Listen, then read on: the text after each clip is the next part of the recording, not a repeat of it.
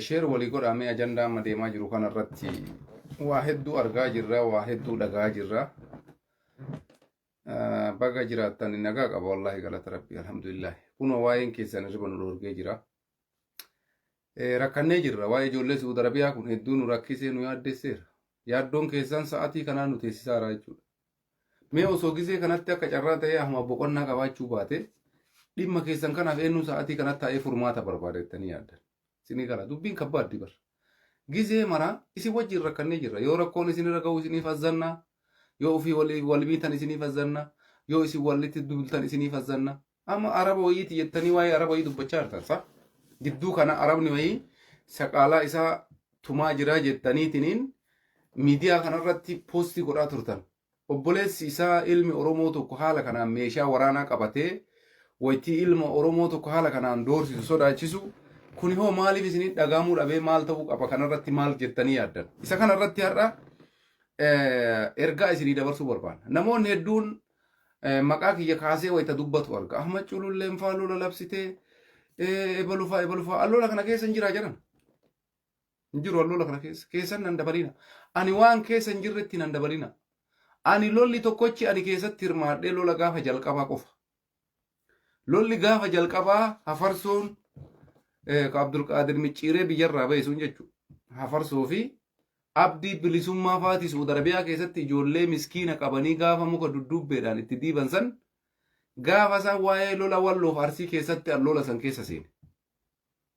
Achi as lola jimmaatii seeneen beeku ka arsiif jimma jedhanii wal lolan. Achi ammallee deebisee harargeef arsii jedhanii wal lolan. Lolli kun amma harargeef arsii jidduutti lola sadaffaa moo afraffaadha. Amma tokko miskiinni viidiyoo inni ilaalinaan galu akka waan ani gabbayee ijoollee arsiitiin ummata harargee qaba, ummata harargee darara, ummata harargee akkas godha jedhee Ahmad Culullee faayadhan. Ahmad Cululleen obboleessa kiyya waan akkanaa keessa hin jiru, waan an keessa hin jirretti nan dabalina. Yoo haasaa biraan haasa'u garana fuutee garanatti ni yaadde sun rakkina keeti. Dhimma biraatitti an takkaa lola ijoollee arsiitii fi lola ijoollee harargee jidduu deemullee deeggareen beeku, walittillee oofeen beeku. Maqaa kiyya kana keessa nan kaasina. Tokko kana. Ani ammoo waan godhu tokko yoo onni irraa waan sanitti amane onni irraa dubbadha, onni irraa godha. Sodaa sin qabu waan jedhes adii jedha. Si gala. Maaliif jennaan biyya Arabaa keessatti malee ka wal miidhaa jirtan biyya faranjiitiitii miti namni. Warri biyya faranjii jiru kuni afaanii waa waliin jedha, haga fedhe wal arrabsa, haga fedhe walitti iyyaa, namni dhufee kottee walirraa kaasu hin jiru. Sababiin isaa biyya kanatti biyya seerri jiru jira. Isin biyya Arabaa keessa ijoolleen jirtan, ijoolleen Suudi Arabiyaa keessa jirtan, bakkeen isin jirtan bakka seerri hin jirre waan ta'eef, seeratti namni isin dhiyeessuu danda'u waan hin jirreef, namni rakkoo sinirraan ga'u waan hin jirreef, abbaa barbaaddan miitan, abbaa barbaaddan darartan, abbaa barbaaddan hiitan jechuudha. Asitti wanni akkasii sun hin danda'amu. Ati nama tokko waa jetteen yennaan hattan arrabuma yoo dhayxee nama tokko qaamaan arrabsite, viidiyoo sitti tolfatee ragaadhaan yoo si arrabse bakka fedhe si geessaa jechuudha. Kanaaf Suudi Arabiyaa keessa warri jirtan waan feetan wal gootan abbaa feetan muka keessa keettan abbaa feetan keessaa muka baaftan. Nuti waan kana keessaa gallee jirra. Yeroo tokko maaltu natti dhagama beetanii waa'ee ijoollee Suudi Arabiyaa kana. Isin gisee tokko ilmaan Oromooti, ilmaan abbaa tokkooti, afaan tokko dubbattanii afaan tokko haasoftan. Silaa nama kenna nama karaa Suudi Arabiyaa san ka'u Yamanii irraa dhufee, Bahararraa dhufee, Jibuutii irraa dhufee, Sumaalee Basaasoo irraa ka'ee garasiin dhufee wayita dabarsu wanyaachisaa wal obaasaa dabarsa. Duraan rahmanni akkas ture. Har'a akka bineensaatitti kanaan dura gisee takka wal ari'aa turtan. Amma fakkeenyaaf ijoollee amma qabdan kanarratti viidiyoo jalqabaa yeroo argumaa seebeetanii. Dhugaa rabbi isinitti himaa. Lola kana keessa hin jiru. Ani waan takkan sodaadhu dhugaa sitti himaa. Waan takkan sodaadhu. Garuu lola harargee fi arsii keessa takkaallee seenee hin beeku. Takkaayyuu seenee hin beeku. Deebisuu waan biraati. Garuu an takkaa lola labsee dhaqaa ebaluun qabaa darara aarsaa kafalaa minaamin hin jenne. Lolli tokkochi an irratti hirmaadhe gaafa lola wallooti. Lola walloof ijoollee arsii gaafa hafarsoon faati balaa jalqaban abdii bilisummaa faa ijoollee walloo jechuudha. Gisee sanitti wanti ijoollee sanarratti dalagame garaana gubee obsuu dadhabee waan san godheera. Yaadaa kiyyaan afaaninis gabbayee waan silaa dubbadhee wayita sanitti jechuudha. Dubbii san booddee dhaabanii hanga majlisa biyyaa deemtee majlisni biyyaa kabajamaa ulamaa muftii faa ustaaza keenya jechuudha. isaan kunniin waan kanatti dhaabbadha yaaniini du'aayi biyyarraa godhanii dubbisan jaarsummaadhaan haala sanii lolli sun dhaabbate lola amma ammoo ijoollee Harargee fi ijoollee Arsii jedhu kana maaf maqaa kiyya kana keessa bu'amtan jaabar kijibaa hetta akkami kijibaadha dhugaa jiru sii maaraan walloo fi Harargee fi Arsii jidduutti lolli labse kami yoom labse ana gaastii namaa taa'ee ijoollee wajjin halkanii guyyaa gaastii taa'ee haasa'uun agartee beekta Muhammad Hussein warri kijibaa maarreettan na agartanii beektanii murtii guutoon hattuudha hattuun Harargee bakka hin buutu waa'ee murtii guutoo yoo taate murtii guutoon birrii hatee deebisuu qabaa inni ammas funyaan irra sii masii tana qawween teete bishaan baatu teena dhadhaan baatu garuu kabajaan si gaafachuu jirra basitti maaraan qawwee ati baattu Arsiinis hin baatu barbaade borumtumaa hudduu si kaa'uun hin danda'amu waa'ee akkasii naasa'in sagate ani waa'ee murtii guutoo hattuu yoo ta'e hattuun hattuudha ummata Harargee wajjin kabajaa qabnaa jechaa jiran hattuuf jala qabadhaa isiniin jechaan jirru isii tan ammoo funyaanitti siimaan funya qurquritti jechuudha jaalattuun fudhachuu baattu warra harkaa qabdu ajjeesuu dandeessa mirga qabda garuu atis ni duutaa jechuudha konkaa hullaa isii tan ammoo as raggaxee sitti himaa jechuudhaan afaan Oromoo sii galuu didee afaan si barbaachise qawwee har'a qabattanii ijoolleen darartan kana taraan har'a ijoollee sadiin san ta'a bor taraan teeti bar kana beeyta garuu indee maaliif meeshaan nama sodaachisuun barbaachise nuti kabajaadhaan jechaa jirra Oromoon tokko siin jechaa jirra ijoolleen Arsiista meeshaa harkaa qabdu hin jirti fakkeenyaaf meeshaadhaan wanni waldotoo darsisu hin jiru murtii guutuu ammoo mallaqa hate deebisuu qabaa jedhame mallaqa hate irraa kafaluudha yoo birrii hin qabaanne bakka oreedi dhumateera hattuun hattuudha Harargee bakka hin buutu Arsii bakka hin buutu dhugaan ilmoo waaqaati jaalattuun fudhatta jibbituu qawwee harkaa qabdu san mataa of qabii sammuu keef godhi fanadda nuti nama dhugaa jirtu akkana sitti himu jechuudha waa'ee murtii guutuu as keessan dabalina sini galaami ajardaan murtii guutuu ajandaa of danda'eedha birrii 500 ummata gowwoomsee warshaa Coca-Cola qaba jedhe kafaluu qabaa isiniin jenne gurratti isin himne kafaltanii dhiistanii sun waan kenna ajandaa kennaa miti isinitti himne irraa akka namni dubbatu akka dhiiraa dubbannee bira tarrisa seerri Itoophiyaa keessa yoo jiraate mucaa mallaqa namaa saame irraa fuudhee abbaa qabeenyaati galchuudha seerri yoo jiraate murtii guutoo seera dhiyeessuudha Itoophiyaa keessa seerri akka hin jirre ifaan ifatti murtii guutoo agarsiisee jechuudha qabeenya namaa saame diratii isaa dhiibee galgala ganama laayivii taa'ee nama arrabsaa jechuudha kun Itoophiyaan seerri hin jiru jechuudha biyyattiin seeraan akka hin bulle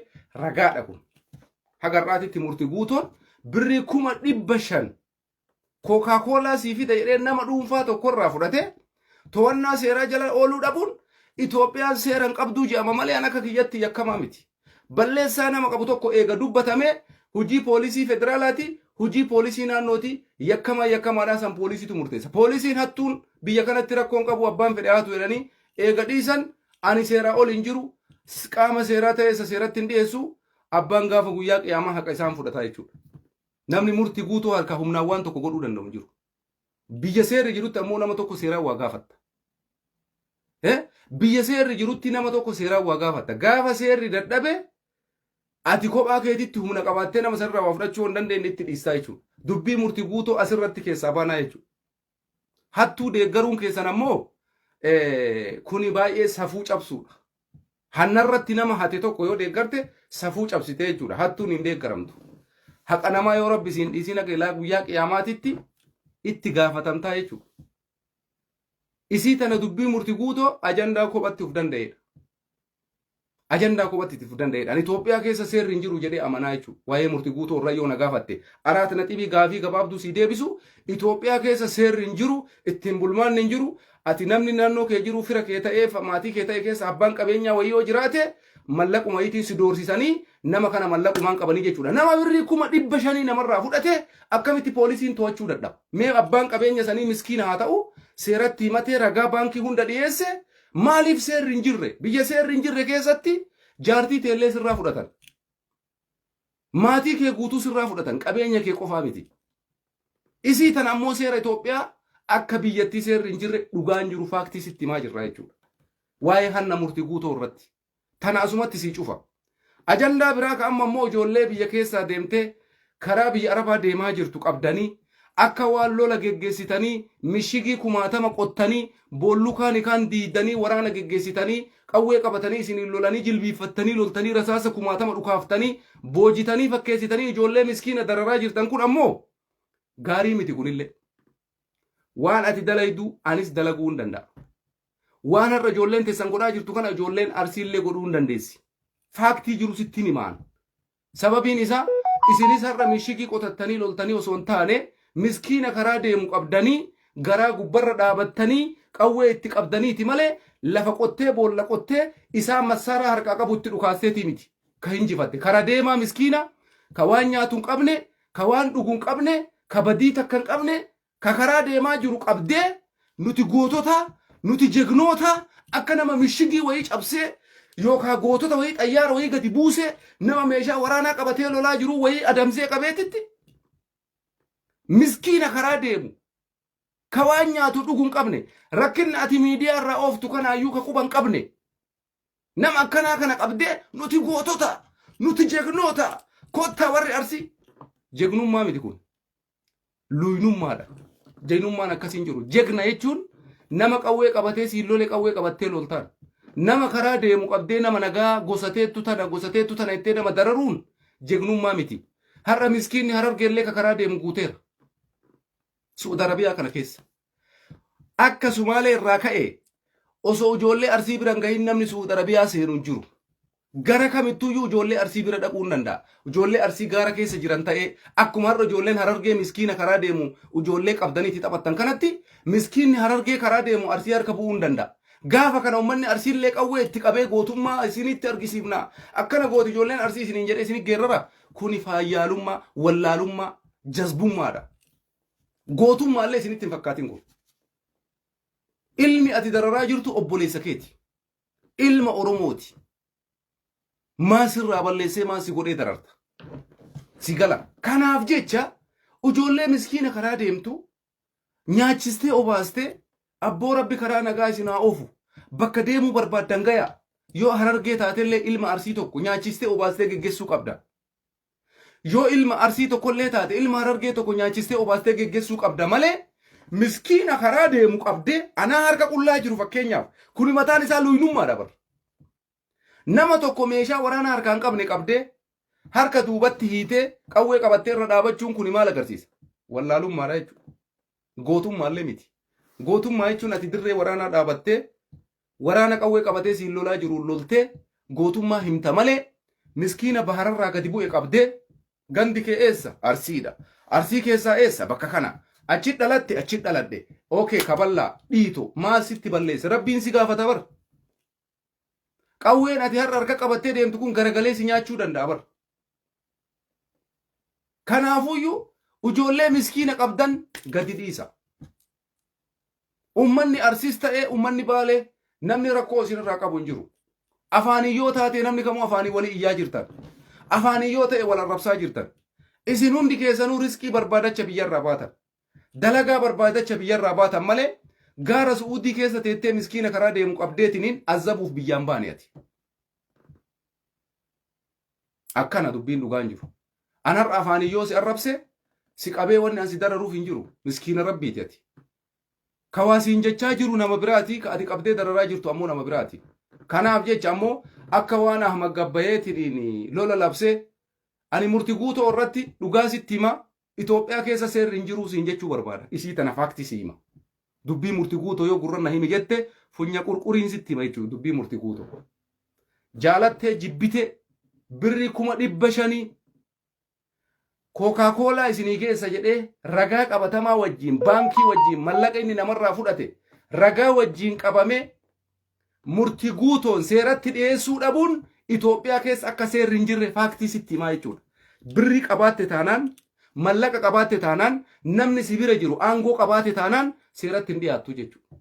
Sila anis miskiinni jiraachuu qaba Itoophiyaa keessatti quba qabaadha.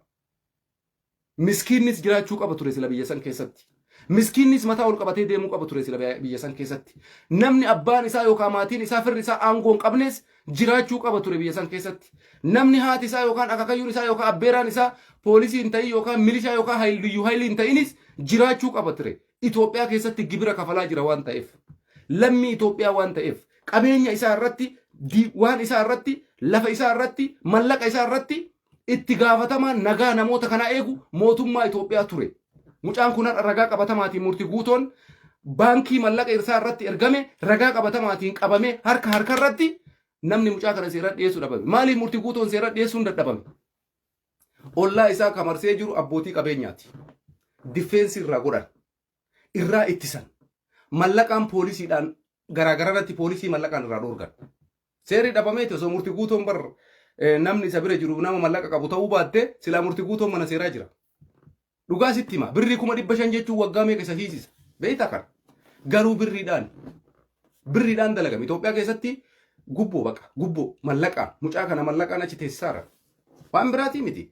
Birrii 500 isiniif tapha ta'uu danda'a. Garuu namichi inni irraa fudhate suni waggaa meeqa ifaajee fide? Aarsaa meeqa fide? Waggaa meeqa itti xaaree waggaa meeqa ifaajee mallaqa san fide si fakkaata 500 namni sun.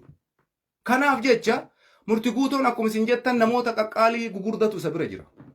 Abbootii qabeenyaa hedduu bira jira. Kashee kaallee isa marsee jira. Kashee kan ta'in innis akka obbo Yaadataa Junaydii isa marsee jira. Ustaaza Keenna Qaalii akka Ustaaz Jamaalis isa marsee jira. Kuni marti irraa difeensii godha. Maaliif jennaan ka namichi miskiinaa miree sun ka mallaqa irraa fudhate miskiinuma rabbuma isaati hafa jechuudha. Seerri ammoo warra asiin qabeenya qabu kana laalee namni murtii guutoon maqaa isaa kaasee jiru. Bakka dhumate ka hiyyeessi asumatti dararamaa jira jechuudha. Itoophiyaa keessatti silaa anis mirga jiraachuu qabaachuu qaba ture. Mootummaan Itoophiyaa seerri Itoophiyaa Suud Arabiyaa keessatti ummaala tokko jechuudha. Ummata re'ee tiisu, hoolaa tiisu tokko, gaala tiisu tokko Arabni tumtee yeroo gabaabaa keessatti to'annoo seeraa jala oolte mootummaa Suudii. Dhalataa biyya sanii jechuudha. Miskiina biyya san keessatti dararamu. Isin har'a murtii guutoo birrii 500 warshaa Coca-Cola qaba jedhee namarraa fudhate. Seerri Itoophiyaa keessatti mucaa kana gaafatu dhabamee har'a kanaan gabbaatanii murtii guutoo hattuurraa difeensii maaf gootaati. Nuti keessiniin jechaa jiru ijoollee miskiina biyya Arabaa keessatti dararaa jirtanii malee dhimma murtii guutoo irratti yoo har'as kafaluu baattan guyyaa qiyaamaa ni kafaltani. Ani faaktii sitti hima. Ani Ahmad Cululleedha. Ijarratti siima sitti mala. Murtii guutoon birrii namicha miskiina sanii ta nyaate yoo har'allee poolisii dayeeffate abbootii qabeenyaa keessan dayeeffate poolisiidhaan gamaa gamanaan mallaqaan irraa dhoorkame jaalattee jibbitee guyyaa qiyaamaa nama kana duubaan fiigee ittiin kadhata. Hoo mallaqa kee jedhee jechuudha. Haqa namaa haga namni sun si dhiisutti beekta rabbi siin dhiisuun beektaa miidha. Isii tana gadi fageechee sitti himaa jechuudha. Gadi fageechee as raggatee sitti himaa jechuudha. Murtii guutoon osoo Itoophiyaa keessa seerri jiraatee ittiin bulmaanni seeraa jiraatee akka nama kamiitittuu yakkamaadha. Waajjira poolisaa jira. Ragaan itti qoratamee qabatamatti wanti guyyoo ka seeraan godhu taate hidhaa waggaa meeqa akka isa heesisu akka seera ittiin bulmaata keewwata Itoophiyaa lakkoofsa isaatiin seera biyyattiittuu isatti murteessaa jechuudha. Garuu biyya san keessa seerri waan hin jirreef miskiinni seera hin qabne ka abbaan isaa poolisii hin ta'in ka abbaan isaa aangoo hin qabne ka firri isaa aangoo hin qabne akka barbaadetti qabeenyi isaa walakkaan birrii miiliyoona isaa saamamee namoota aangoo qabaniif namoota qabeenya qabameenii marfamee waan jiruuf murtii guutoon Harargee miti yoo Daarul Aakiraa dhaqee barsilaa ittiin bulmaata seera Itoophiyaa jalaa ba'uun qabu ture. Sinii galaami uummata Harargee jala dhokachuu hin dandeessu ati hattuu taate. Harargeen hattuudhaaf qawwee hidhattee loltu hin jirtu. Uummanni Harargee qawwee qabatee hattuudhaaf lolu hin jiru. Uummanni Harargee qawwee ittisuudhaaf hattuudhaan lole taarika keessatti illee dhageen beekon kan. Harargeen kaleessa kan lolaa turte mirga saba Oromoo kabachiisuudhaaf. Qabeenya isaa irratti kabajamuudhaaf daangaa isii kabachiisuudhaaf lolaa turte malee Harargeen kaleessa hattuu qabeenya namaa hate birrii walakkaa miiliyoonaa hate isa baraaruudhaaf Harargeen lolte jirtu. Taarika hin qabdu, taarika kasii hin qabdu Harargeen. Harargeen taariin isii qabdu Oromummaa Oromoo barsiisuu, sabboonummaa Oromoo barsiisuu, gootummaa Oromoo barsiisuu, daangaan biyyattii Oromoo barsiisuu, jaalala biyyaa Oromoo barsiisuu. Amantiin maal akka ta'e Oromoo barsiisuu, maalummaan maal akka ta'e Oromoo barsiisuu. Uummanni Harargee duraanii kanaan beekama. Abboonni keenya Harargee duraanii kanaan beekama. Hadnaan hin beekamu. Har'a murtii guutoo walakkaa birrii miiliyoonaa fudhateef jecha ijoollee tee nagaara biyya Arabaa keessa qabdan jechuudha. Saniif qabdani. Saniif yoo qabdan taate nuti si wajjin araarama hin qabnu jechuudha. An dhugaa sitti mafaakti ijoollee san yoo barbaachisaa ta'e akkana irraan dhaabadhu buun godhi akka faannoo fi Tigreen uummata keenya rashan yoo sitti tole. Yoo barbaadde xabbastee nyaatta ani sitti hima. Ka du'e nuuf hin galu garuu xilaatummaan kennaaf keessan zalaalam ta'a jechuudha. Ani faaktii gurra kee kana irratti hima yoo barbaachisaa ta'e. Yoo waa'ee murtii guutoodhaaf ijoollee miskiina gaara biyya Arabaa keessaa akka qabdan taate sa'aatii ammaa kana dabaabaa irratti fidaara shana. Yoo isinitti tole. Fidaatiin qawwee keessan saabbadhaa daaraa godhaa fixa. Gaafa san Oromummaan teennaaf teessan addaan dhumattee jechuudha. Dhimma murtii guutoo irratti murtii guutoon hattuudha. Hannaan saamichaan himatame malee dhimma Oromummaa yookaan dhimma harargummaatiin miti. Lafaa ka'eellee namni maqaa isa balleesse hin jiru. Ragaa qabatamaa baankii wajjin eega biyyattiin seera hin qabamne ani yakkamaa ta'uu hin danda'u. Ittiin bulmaanni biyyattii keessa seerri eega hin jiraanne ani yakkamaa ta'uu hin danda'u. Abbaa qabee ani akkamitti amana beektaa? Akka seera biyya tokkootitti ati poolisii yoo taate. Poolisii taatee nagaa uummataa yoo ka'eetu taate yakka yoo dalaite silaa itti gaafatamtuu qabu turte. Maaliif jennaan fakkeenya hawaasaa ta'uudhaaf. Poolisii taatee badii seeraan alaa yoo hojjatte, poolisii taatee yakka seeraan alaa yoo hojjatte, aangoo qabaattee yakka seeraan alaa yoo hojjatte, uummata san barsiisuudhaaf jala silaa itti gaafatamuu qabda ture. Murtii guutoon har'a abbootii qabeenyaatiin marfamee jira. Asiin abbaa qabeenyaati, asiin abbaa qabeenyaati. Gaafa kana hoo miskiina birriin isaa walakkaan miliyoona raasaamame kana afaan kee dabadhu jedhanii. Afaan kee dabadhu. Yookaan siyyuutti si daballa. Yaa akii kun amma sirriidha. Mee mootummaan Itoophiyaa kanarratti maal jettan isin? Ittiin bulmaanni seera biyyattii kanuma. Miskiinni biyya san keessa jiraachuu hin danda'u. Miskiinni biyya san keessa beegaluu hin danda'u. Qabeenyi miskiinaa hin kabajamu. Hiyyeessa qabeenya isaa akka barbaadanitti irraa fudhatanii abbootii qabeenyaati jedhanii qaamni dhimmi ilaallatu. Seerri akkamitti seerri jechuudha. Nama tokkocha nama tara mallaqa walakkaa miiliyoonaa fudhate seeratti dhiyeessuu akkamitti dadhaba seerri Itoophiyaa? Mee warra bosona jiru shaffatee nuun lola amnaamina jettanii nama magaalaa Finfinnee keessa arboo 20 sa'a ta'u. Nama arboo 20 sa'a magaalaa keessa zooru. Nama arboo 20 sa'a interneet irra gadi hin buune walakkaa miiliyoonaa ragaa mana baankii wajjin himatame akkamitti seerri biyya san keessaa dhabama? Yaa poolisii Itoophiyaa, yaa seera Itoophiyaa, yaa heeraa fi heera biyyattii. Miskiinni maal haa ta'u duuba? Hiyyeessi rakkataan maal haa ta'u duuba? Gaafa ka qabeenya qabu haala kanaan nama ukkaamsanii qabeenya namaa fudhatanii siyyuu itti dabalanii nama doorsisuu ta'e Itoophiyaan salphattee jechuudha. Uummanni biyya sanii carraa wayituu hin qabdanii jechuudha. Haala kana taanaan waan baay'ee nama gaddisiisu. Waan baay'ee nama gaddisiisu. Gatii kanaaf jecha ijoollee teenna Harargee ani waan akka isinitti hima.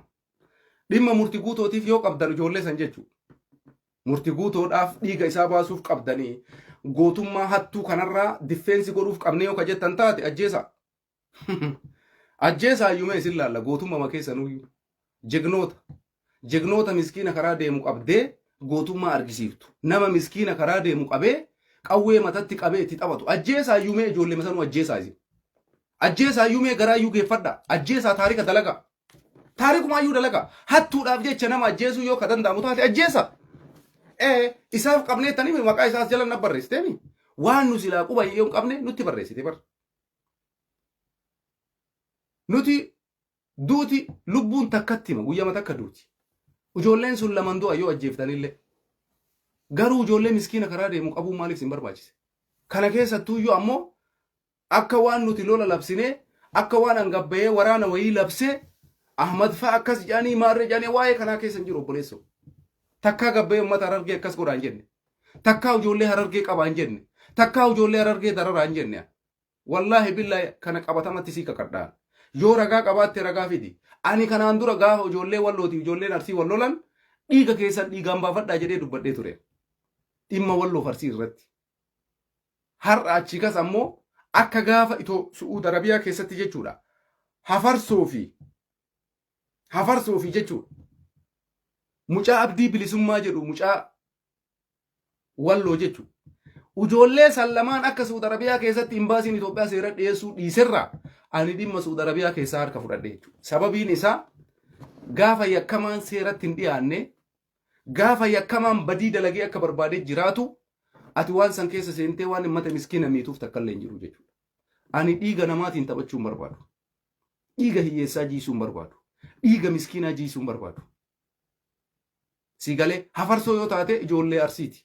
Seeratti haa dhiyaatuu jedhee abdii bilisummaa ijoollee wallooti seeratti haa dhiyaatu jedhan jara lamaantu balleessaa qaba jedhee waan amaneef ijoollee kana lamaan to'annoo seeraa jala akka oolan labsii dabarsine jechuudha namni ijoollee san seeratti dhiyeessuun dhabame jechuudha lolli kun akka gaafa san jalqabee haga har'aatitti cituu didee jechuudha isin hamma ammoo deebistanii ani ijoollee Harargee irratti lolli allabse kami ka ati maqaa kiyya kaastu kana keessatti ani waan akkanaa keessa hin jiru habiibii dhimma wal arrabsaa jiran gidduu kana walirra duulaa jiran dhimma murtii guutoollee keessa hin jiru an dubbii murtii guutoollee guyyaa takka dubbadheera ifaan ifatti dubbadhe har'a sisii tana gurratti si hima murtii guutoon mallaqa fudhate deebisuu qaba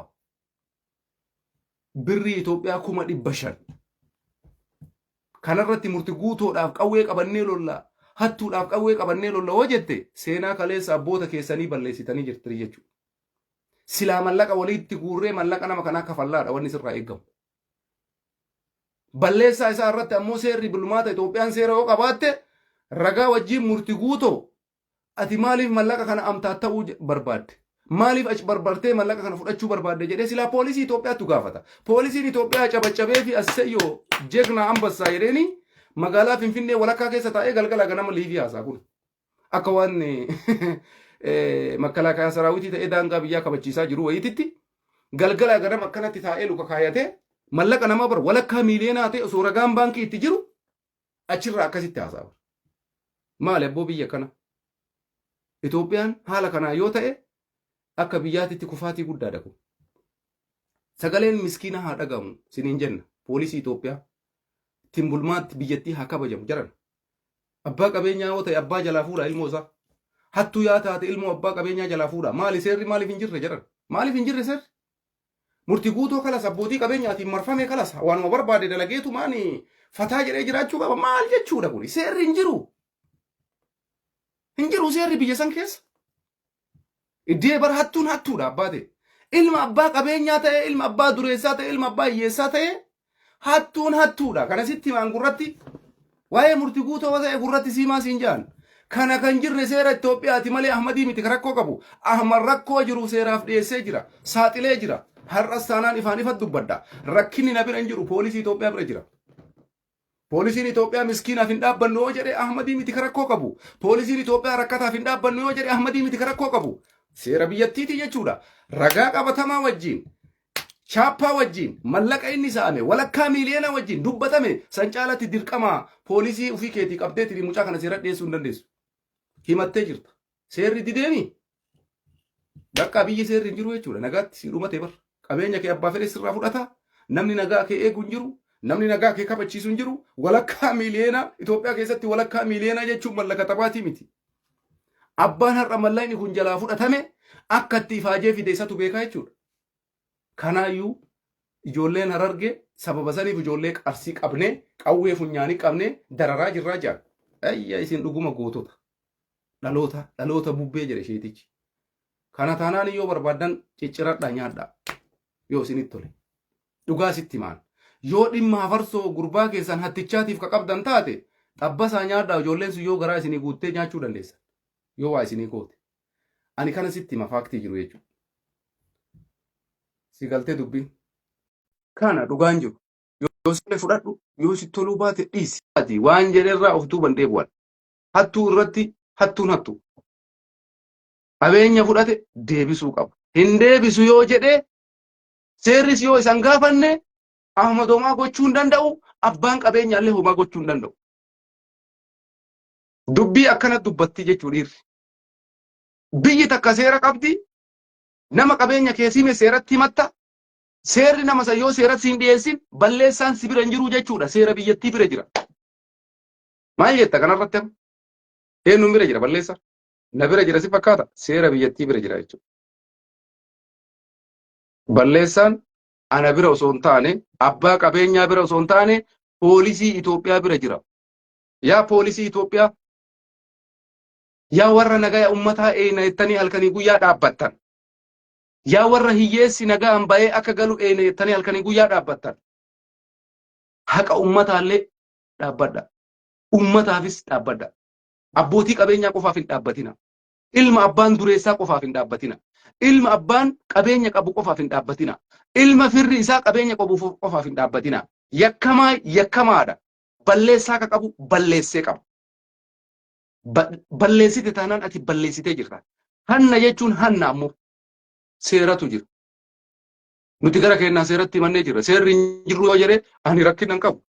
Dhaggeeffadhaa warri gowwaa jettanii arrabsitan nuti seeratti himannee jirra murtii guutoo. Seera Itoophiyaatitti himamee jira.